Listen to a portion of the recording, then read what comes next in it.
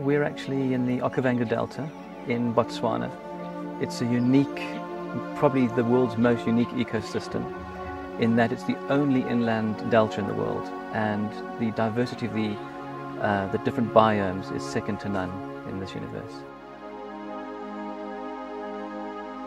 Maremi is unique in that the wildlife here is almost untouched by man. We have specifically 2 seasons in Maremi. Your rainy season is from November to April. In the winter months, which is now from May to October, it's our dry season. Game is much more easier to see, and we should see lion prides, wild dogs, and there's such an abundance of prey for them. For example, your bush buck and reed buck, and of course the ubiquitous impala that's everywhere. The delta itself is unique in the sense that we're sitting at 900 meters above sea level here, and it doesn't go anywhere. Okay, the water that you see flowing in the main streams, which are flowing up to 10 kilometers an hour, are flowing to replace water that's being evaporated. We lose 97% of the water in the delta is lost to evaporation and transevaporation. A bush camp actually entails sort of a small little community, intimate affair of sometimes maximum occupancy about 24 people. Camps are intimate affairs which some are under canvas with thatch over it because of the hot sun. And a camp is a place where you'll have a management couple and local staff serving visitors, and Botswana's modus operandi is employing local people to serve international visitors. We try to keep it rustic, make you feel like you're in the bush in Africa, but make it comfortable at the same time. We found it's worked very well. Okay, people come in and they feel this is the African experience. This is what they came for. Woo! For the next 3 days, we would rise at first light for tea and a light snack, and head on out on our first game drive of the day before returning mid-morning for brunch. Located on the eastern Okavango Delta, the Maremi Game Reserve encompasses some 1,200 square miles of territory. Here, the water meadows and grasslands of the floodplain meet the Mopani forests and acacia savannas of the hinterland.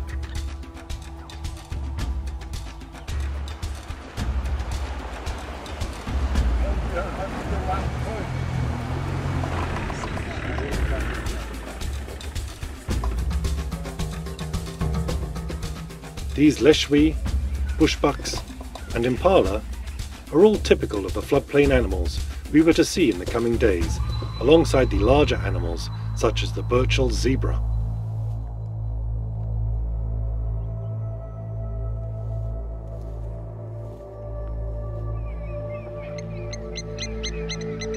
Comprising of a myriad of lagoons and rivers, the Okavango is the ideal home for the hippopotamus, which stay mostly submerged during the day.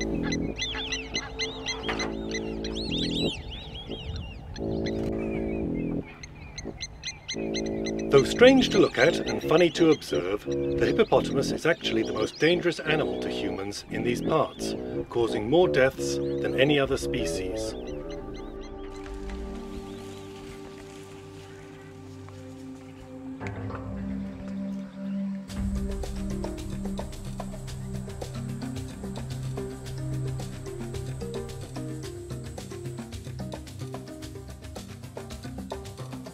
Vervet monkeys were constant companions as we drove around, as were the baboons. Both monkeys and baboons live in large social groups dominated by alpha males. It's not uncommon for baboons to kill and eat other young baboons, possibly as a display of domination.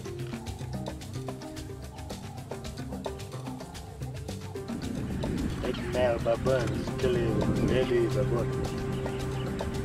This is them I get.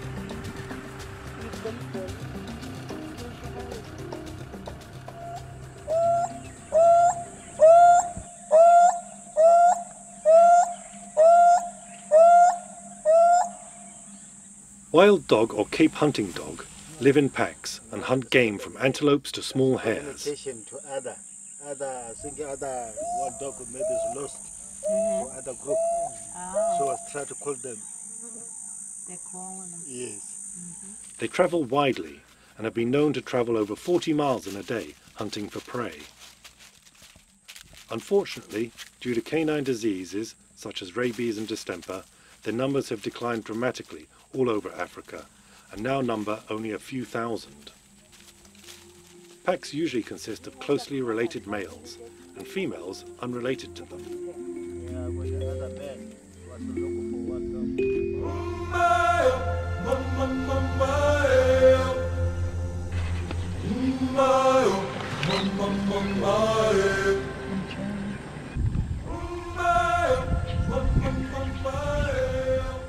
These animals need no introduction.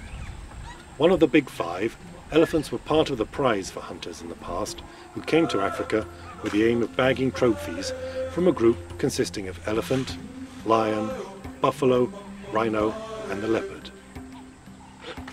We too had come for the big five, but just to watch and marvel at the beauty of these majestic beasts.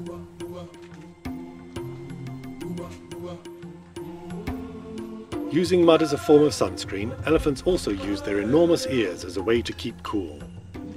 Flapping ears on hot, still days helps cool blood flowing through a network of veins on the back surface. African elephants are the largest of all the land animals and can attain heights of 11 feet and weigh over 13,000 pounds. Another favourite of trophy hunters is the Cape buffalo. Usually considered nocturnal, the Cape buffalo can spend 5 to 10 hours a day feeding during both day and night. Non-territorial and extremely sociable, they live in large herds that inhabit exclusive, traditional home ranges. Cape buffalo are large enough to escape the attention of most predators, except lions, which regularly target them.